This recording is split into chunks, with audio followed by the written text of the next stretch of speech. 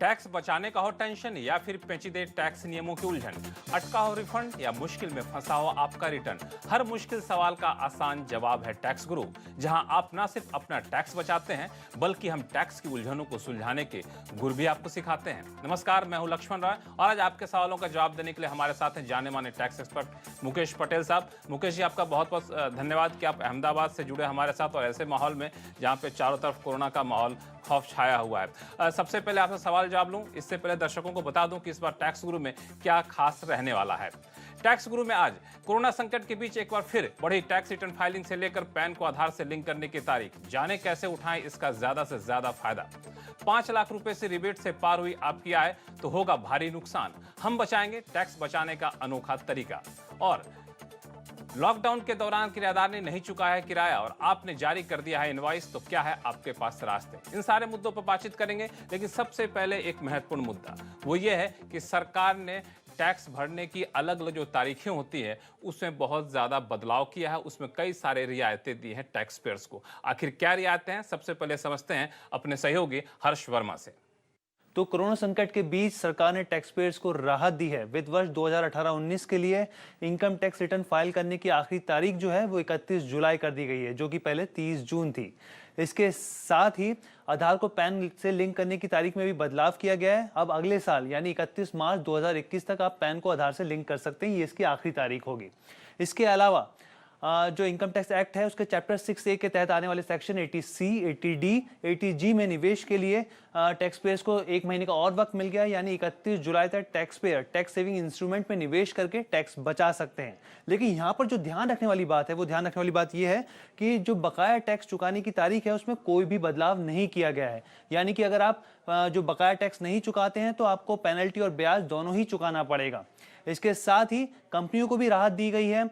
जो फॉर्म 16 जारी करने की जो आखिरी तारीख है वित्त वर्ष 19-20 के लिए वो 15 अगस्त कर दी गई है। जैसा कि हर्ष बता रहे थे कि टैक्स चुकाने की कई सारी तारीखों में सरकार ने बदलाव किया है, टैक्स पेयर्स को राहत देने की कोशिश की है। लेकिन एक और महत्वपूर्ण बात, अगर आप सेल्फ असेसमेंट के जरिए टैक्स चुकाते हैं तो उस तारीख में कोई बदलाव नहीं किया गया है। हाँ, अगर सेल्फ असेसमेंट के जरिए टैक्स की देनदारी 1 लाख रुपए से कम है तो ब्याज जरूर माफ कर दिया गया है, लेकिन अगर 1 लाख रुपए से ज्यादा की देनदारी बनती है तो वो भी माफ नहीं किया गया है। मुकेश पटेल जी, ऐसे में सेल्फ असेसमेंट वाले लोगों को किन किन बातों का ख्याल रखना चाहिए? लक्ष्मण जी, मैं इसका स्वागत इसलिए करता हूं क्योंकि ये सबके लिए एक चिंता का विषय था। जब आगे वित्त मंत्री ने अनाउंस किया था कि रिटर्न की डेट पर्टिकुलरली जो 31 जुलाई छोटे छोटे टैक्स पेयर्स होते हैं उनके लिए 30 नवंबर की गई है, तब सबसे बड़ा सवाल ये खड़ा होता था कि उनका कुछ सेल्फ असेसमेंट का टैक्स अगर भरने लायक होता है तो वो केस में क्या होगा, क्योंकि इंटरेस्ट की कोई छूट 234A में प्रति मास 1% का जो इंटरेस्ट लगता है तो 4 महीने का 4% इंटरेस्ट लग जाता था। तो ये एक बड़े कंसर्न की बात थी। मुझे इस बात का हर्ष है कि उन्होंने ऐसे छोटे टैक्स पेयर्स को ध्यान में रखते हुए ये कहा है कि भाई 1 लाख से कम आपका सेल्फ असेसमेंट टैक्स है तो आप ब्याज नहीं भरेंगे। पर इससे हमें ये भी एक मैसेज लेना है, आपको अभी गिनती कर लेनी है। अगर 1 लाख के दायरे में रहते हैं तो इत्मीनान से आप रिटर्न भरिए। 1 लाख से कुछ ज़्यादा टैक्स है तो आप उसका भुगतान करने का ज़रूर ख्याल करें ताकि आपको पूरी अमाउंट पर इंटरेस्ट न लगे। हाँ, ये मुझे और लगता है एक छोटी सी बात ये है लक्ष्मण जी कि जो 20 मार्च और 30 जून के बीच जो टैक्स भरना था उसके लिए जो 30 जून में कोई एक्सटेंशन नहीं दिया गया है और जो वो कंसेशनल रेट ऑफ इंटरेस्ट था कि 0.75% पर मंथ, माना सालाना 9% ब्याज जो लेने की बात थी वो 12% की जगह ये 9% आपको तभी मिलेगा जो अगर 30 जून तक आपने टैक्स का पेमेंट कर दिया है। मुझे लगता है कि एक चीज और दर्शकों को ध्यान दे दूं कि ये जो विवाद से विश्वास स्कीम है उसकी तारीख में सरकार ने कोई बदलाव नहीं किया है। यानी आप इसका फायदा उठाना चाहते हैं तो पहली तारीख के हिसाब से इस स्कीम में आप जुड़ जाइए। क्योंकि हमारे टैक्स एक्सपर्ट मुकेश पटेल साहब अहमदाबाद से जुड़े हैं, इसलिए हम सवाल जवाब का सिलसिला शुरू करते हुए सबसे पहला कॉल लेते हैं अहमदाबाद से, जो कि हमारे साथ जुड़े हैं मुकुंद मेहता जी। मुकुंद जी पूछिए, क्या पूछना चाहते हैं? हाँ, नमस्ते CNBC आवाज। नमस्ते मुकेश पटेल जी। नमस्ते। Coming straight to my question, मेरा प्रश्न ये है कि लास्ट ईयर दैट नमस्ते इज फाइनेंशियल ईयर 2019-20 तक डिविडेंड इनकम टैक्स फ्री था। करंट ईयर में डिविडेंड इनकम टैक्सेबल हो गया है, तो मैंने लास्ट ईयर तक फाइनेंशियल स्टेटमेंट में जो शेयर इन्वेस्टमेंट में दिखाया था उसको मैं स्टॉक इन ट्रेड में कन्वर्ट करके डिविडेंड इनकम बिजनेस इनकम में ले सकता हूँ? ज़रूर ले सकते हैं मुकुंद जी। इनफैक्ट आपके जैसा प्लानिंग कई लोग सोच रहे हैं, खास तौर से जिन लोगों के लिए फ्यूचर्स एंड ऑप्शंस के पास्ट के कोई कैरी फॉरवर्ड लॉसेस होते हैं, या जिनको ऐसा लगता है कि साल के दरमियान उनके ट्रेडिंग के ऑपरेशंस के कारण कुछ लॉसेस भी निकलते हैं, तो वो लॉसेस को आप डिविडेंड इनकम के सामने सेट ऑफ तभी कर सकते हैं अगर डिविडेंड इनकम को बिजनेस इनकम माना जाए।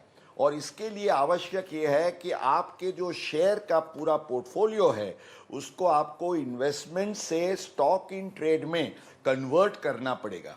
लेकिन यहाँ आपको ये ख्याल रखना है कि आपको सेट ऑफ लॉसेस का डिविडेंड इनकम के सामने फ़ायदा लेना है, तो आपको और एक नुकसान के लिए तैयार रहना पड़ेगा, क्योंकि जो लॉन्ग टर्म कैपिटल गेन्स पर आपको 10% के कंसेशनल रेट ऑफ टैक्स और शॉर्ट टर्म गेन्स पर 15% के टैक्स की जो विशेष छूट मिलती है वो नहीं मिलेगी।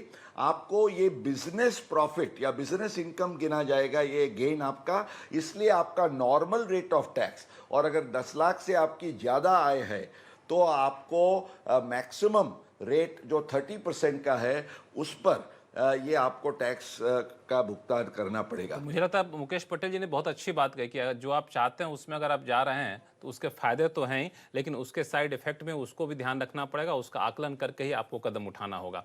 अगले कॉलर हमारे साथ हैं पुणे से खलील सैयद साहब। पूछिए, क्या पूछना चाहते हैं? मुझे मेरी डॉटर जो है वो मेंटली रिटार्डेड है, सीवियर मेंटल रिटार्डेशन। तो मुझे उसमें एज पर सेक्शन 80DD 1,25,000 का एग्जम्पशन मिलता है, डिडक्शन मिलता है। तो वो डिडक्शन मैं क्लेम कर सकता हूँ। तो उसमें मुझे एक क्वेरी है कि क्या मेरी वाइफ अलग से 1,25,000 क्लेम कर सकती है और मैं अलग से 1,25,000 क्लेम कर सकता हूँ, या हम फैमिली के लिए ओनली 1,25,000 ही मिले? अब आपको और आपकी वाइफ को दोनों को कर पात्र आय है, टैक्सेबल इनकम है।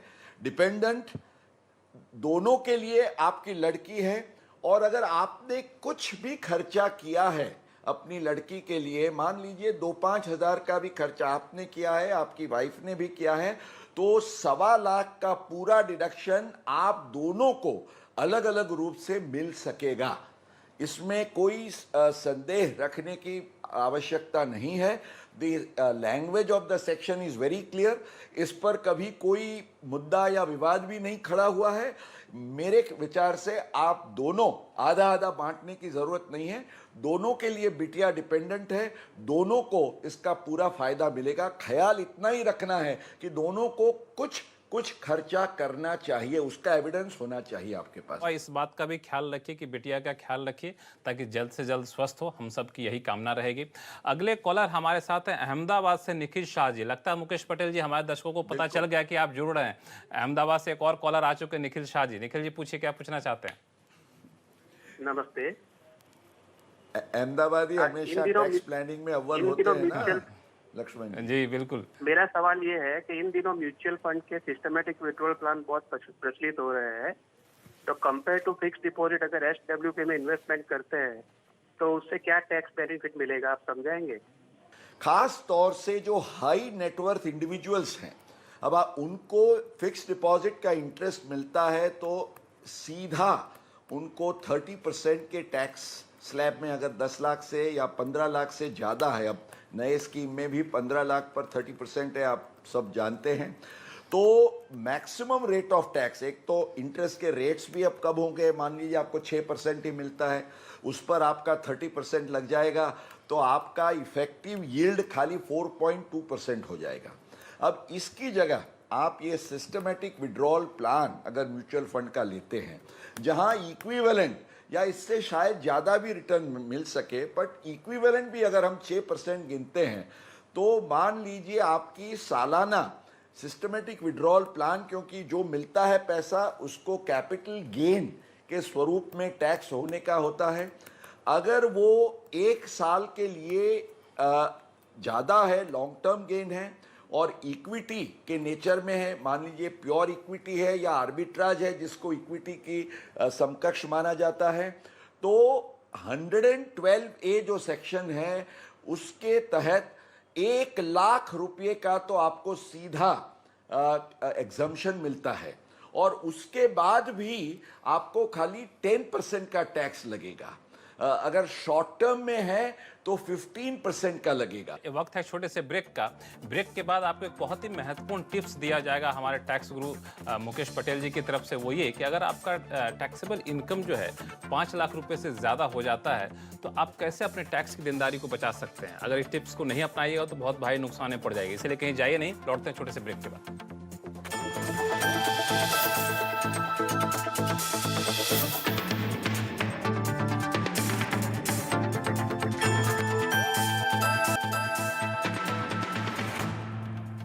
ब्रेक के बाद एक बार फिर से आपका स्वागत है टैक्स गुरु में। लोगों के सवाल जवाब लें, इससे पहले एक बहुत ही महत्वपूर्ण टिप्स आपको देना चाहते हैं और हमारे टैक्स गुरु मुकेश पटेल साहब ने खास तौर से रिसर्च करके इसको बनाया है। वो ये है कि अगर आप इनकम टैक्स में 5 लाख रुपए की रिबेट की सीमा को पार कर रहे हैं, अगर थोड़ा सा भी पार करते हैं तो आपके ऊपर टैक्स की देनदारी काफ़ी ज़्यादा बन जाती है। अब चूंकि सरकार ने तारीख बढ़ा दी है तो आपके पास टैक्स प्लानिंग करने का एक मौका है। तो मुकेश पटेल जी आपको बताएं कि आखिर आप इस टैक्स की बढ़ी हुई देनदारी को कैसे कम कर सकते हैं, कहाँ कहाँ आपके पास पैसा बचाने का उपाय है। मुकेश जी बताइए। सबसे पहले आपको बधाई, बहुत ही अच्छा रिसर्च आपने किया है जो मुझे बताया गया है। बिल्कुल जी लक्ष्मण जी, सबसे पहले तो इस गुरु मंत्र के साथ मैंने आपका नाम जोड़ दिया है, माफ कीजिएगा, क्योंकि मेरा सूत्र ये है कि रिबेट की लक्ष्मण रेखा आपने जरा सी भी पार कर दी तो उसका नतीजा आपको बहुत भारी पड़ सकता है।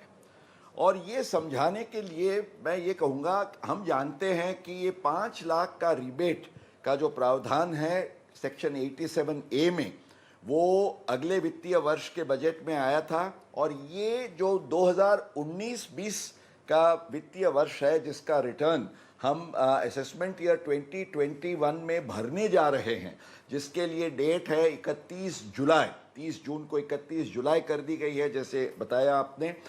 तो अब ये जो प्रोविजन है, हम जानते हैं कि 5 लाख तक आपको पूरा 12,500 का रिबेट मिलता है। अगर आप रेसिडेंट इंडिविजुअल है तो आपका 0 टैक्स होता है, पर 5 लाख पर आपका 100 रुपया भी ज़्यादा इनकम हो गई तो होगा क्या, 5 लाख और 100 की आपकी टैक्सेबल इनकम पर सीधा आपका टैक्स हो जाएगा, आपकी आयकर की जिम्मेवारी हो जाएगी 13,021। 100 रुपया इनकम बढ़ने से आपका टैक्स बढ़ जाएगा 13,021, 0 से 13,021। 100 रुपया बढ़ गया तो आपकी देनदारी इतनी ज्यादा बढ़ गई, ये तो बहुत बड़ी बात आपने बताया। एग्जैक्टली और इसके लिए एक पूरा चार्ट भी बनाया है, आप दर्शक हमारे स्क्रीन पर देख सकेंगे। तो इसके लिए क्या करना चाहिए, आमतौर से तो 31 मार्च के बाद हम कुछ नहीं कर सकते हैं, बट इस साल आपको एक स्पेशल विंडो दिया गया है। तो मैं सब दर्शकों को ये कहूँगा कि अगर आप ये 5 लाख की सीमा के आसपास के दायरे में हैं तो अभी भले रिटर्न भरने की डेट को लंबाया गया है, पर आप अभी चेक कर लीजिए। मान लीजिए 5 लाख 1, 2, 5,000, 15,000, 20, 25,000 तक का भी आपका है तो थोड़ा सा निवेश करके, इनफैक्ट इसी केस में लक्ष्मण जी, अगर 100 रुपया मैं पीएम केयर्स के फंड में आज दे देता हूं तो मेरा 13,021 बच जाता है। मैं अगर 80C या 80D के कोई विशेष विंडो के इन्वेस्टमेंट में डाल देता हूं तो मेरा टैक्स बच जाता है। पर 31 जुलाई हो गई, उसके बाद मैं कुछ भी नहीं कर पाऊंगा।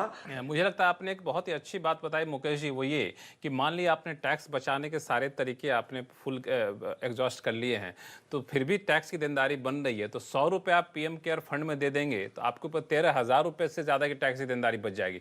एक तरह से पैसा देकर आप किसी का कल्याण भी कर रहे होंगे और आपके अपना भी पैसा बचा रहे होंगे। इसलिए इस टिप्स को भी आप अपना सकते हैं। तो ये सारे मुद्दे थे इनकम टैक्स से जुड़े हुए, लेकिन हमारे पास कई सारे सवाल आ रहे हैं जीएसटी से जुड़ा हुआ।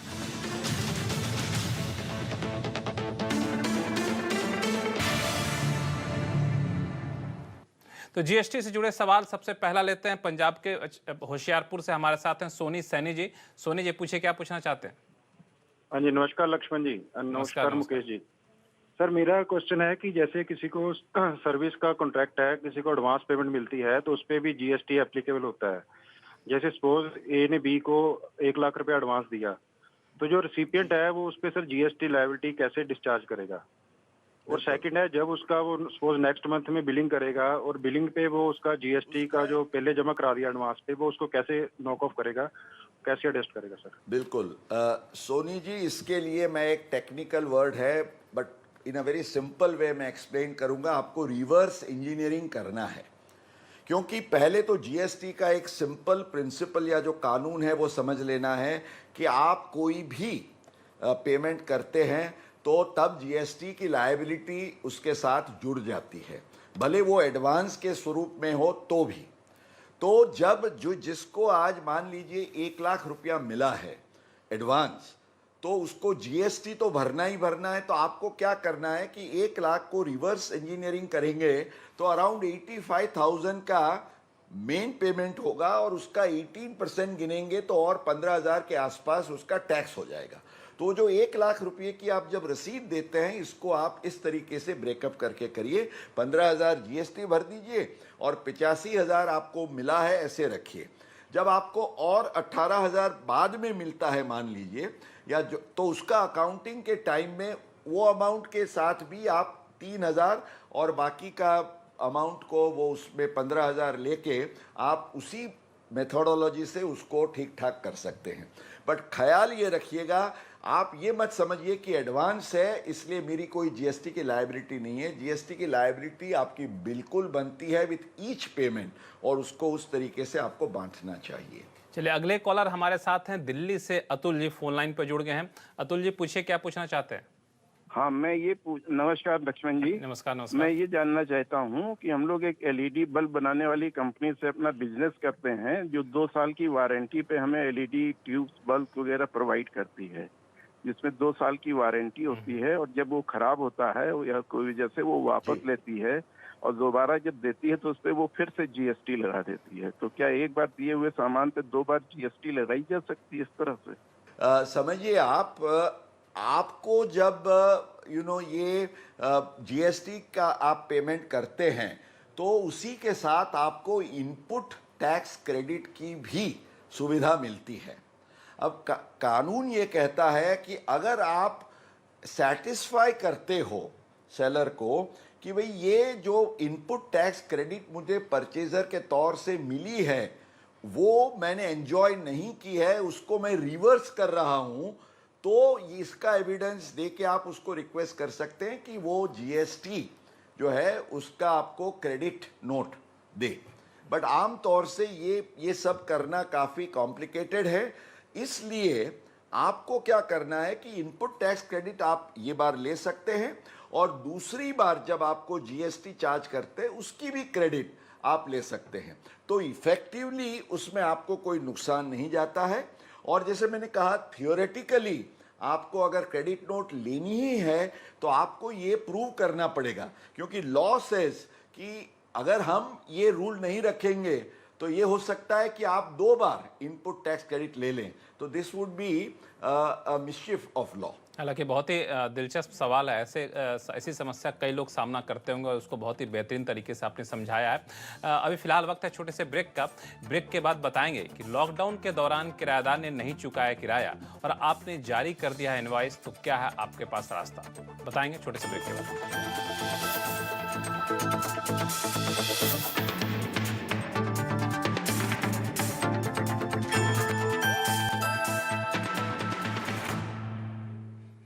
ब्रेक के बाद एक बार फिर से आपका स्वागत है। अगला सवाल लेते हैं कोलकाता से अजय मुखर्जी जी का, जो इन्होंने ईमेल के जरिए भेजा है। दरअसल इन्होंने जीएसटी रजिस्टर्ड पार्टी के किराए का इनवॉइस जारी कर दिया, लेकिन पार्टी ने किराया नहीं चुकाया। साथ ही बिजनेस बंद होने की वजह से इनवॉइस को कैंसिल यानी किराए को माफ करने की अपील भी की। अब पूछ रहे हैं अजय जी, ये अब ऐसे में रास्ता उनके पास क्या है, क्या करना चाहिए? वो पार्टी के कंफर्मेशन सिग्नेचर के साथ एक वेवर का क्लियर लेटर रिकॉर्ड पर ले लें, या तो अगर रेंट एग्रीमेंट है तो वो रेंट एग्रीमेंट का एक छोटा सा अमेंडमेंट कर दें और एविडेंस रखें कि पार्टी ने कोई पेमेंट किया नहीं है, तो इस ग्राउंड पर जीएसटी का भी हम पेमेंट न करें, ये बिल्कुल वजूद से बात बनेगी। मुझे लगता है बहुत ही सटीक और संक्षिप्त जवाब आपने दिया और इससे उनको राहत मिलना चाहिए, मुझे ऐसा पूरी उम्मीद है। टैक्स गुरु में फिलहाल इतना ही, और आपके पास भी कोई सवाल हो, चाहे इनकम टैक्स से जुड़ा हुआ हो या फिर जीएसटी जुड़ा हुआ, तो आप हमें ईमेल करिए tax@moneycontrol.com पर। अपने ईमेल के साथ अपना नाम और मोबाइल नंबर लिखना ना भूलें। टैक्स गुरु में फिलहाल इतना ही। मुकेश पटेल जी, आपका बहुत बहुत शुक्रिया सारे सवालों का जवाब देने के लिए। धन्यवाद।